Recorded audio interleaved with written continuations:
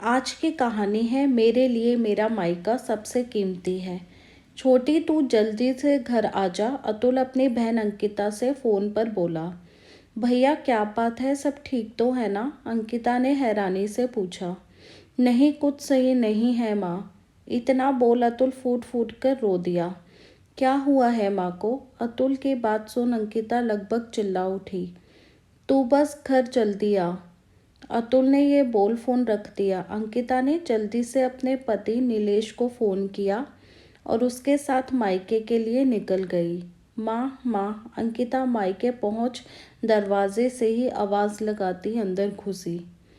पर ये क्या? माँ तो सफ़ेद चादर में लिपटी पड़ी थी। ज़मीन पर एक पल तो अंकिता ठिठक गई। नीलेश ने उसे झंझोड़ा, तब होश में आई और माँ से लिपट बिलक पड़ी। उसकी चित्कार सुन सभी की आंखें आंसुओं से भर गई। एक बेटी के लिए माँ से बढ़कर कोई नहीं होता, फिर भले ही उसकी शादी क्यों ना हो जाए। अंकिता रोए जा रही थी, माँ से लिपटी। नीलेश ने बहुत कोशिश की उसे अलग करने की, पर अंकिता तो माँ को छोड़ने को तैयार ही नहीं थी। छोटी उठ खड़ी हो, इतना रोएगी तो माँ मुझसे गुस्सा हो जाएंगी। भरी आंखों से अतुल उसे उठाता बोला। भैया माँ को ये क्या हुआ? आपने मुझे बताया क्यों नहीं? बताओ भैया, मैं माँ के पास आ जाती, उनसे आखिरी बार मिल तो लेती। अंकिता भाई से लिपट रोते हुए बोली। माँ की रात को ही तबीयत बिगड़ी थी, अचानक घबराहट हो रही थी उन्हें।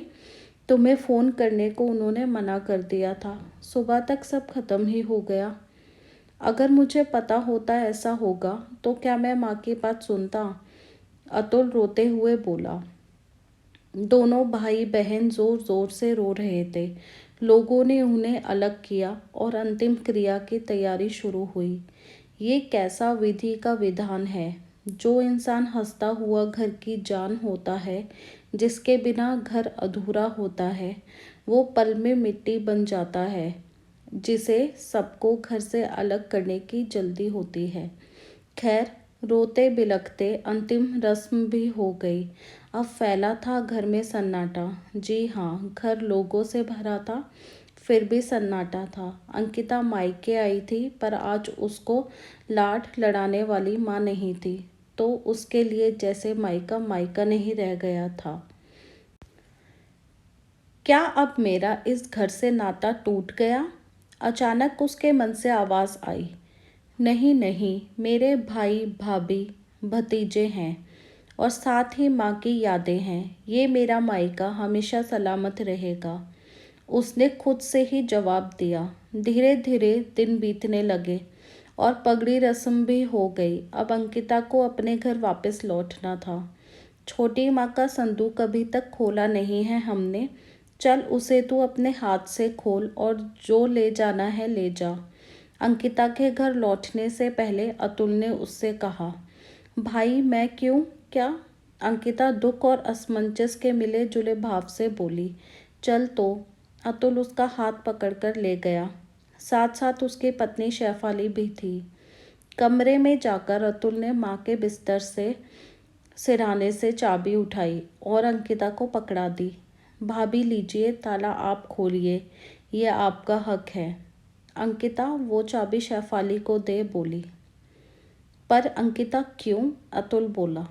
भैया आप चुप रहिए, ये घर की बेटी और बहू के अधिकार की बात है। इस घर पर मुझसे ज़्यादा भाभी का हक है। लीजिए भाभी, खोलिए। अंकिता बोली। संदूक खुलने के बाद उसमें कुछ कीमती साड़ियाँ और जेवर निकले, साथ ही अंकिता और अतुल के बचपन के कपड़े। अंकिता, ये गहने जो तुम लेना चाहती हो ले सकती हो, क्योंकि तुम्हारा हक है इन पर।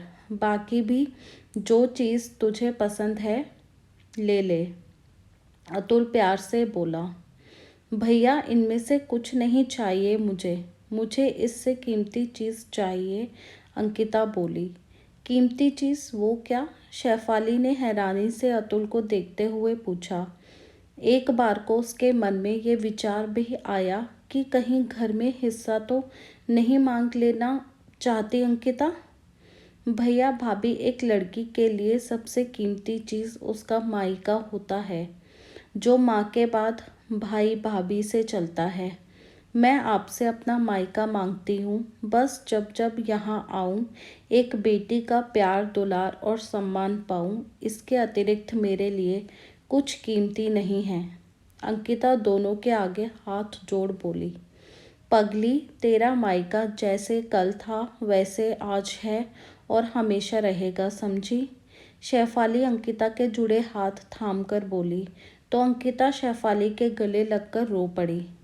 जो तेरा हक है वो इस घर में हमेशा रहेगा, पर माँ की चीज़ों पर तेरा हक है तो माँ की आखिरी निशानी समझकर ही इन्हें ले ले।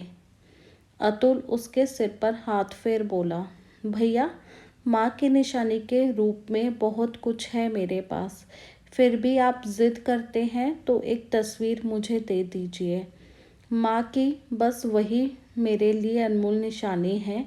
यह गहने भाभी की अमानत हैं अब। अंकिता बोली। उसकी जिद के आगे अतुल ने हार मान ली और उसे माँ की तस्वीर के साथ विदा किया। गाड़ी में बैठते में अंकिता की आंखें नम थीं, पर चेहरे पर संतोष था कि उसका मायका हमेशा सलामत रहेगा। उधर शेफाली और अतुल भी सोच रहे थे, कितनी समझदार हो गई अंकिता, वरना आजकल तो बहनें भी संपत्ति विवाद में रिश्ते खो देती हैं। Please like and subscribe.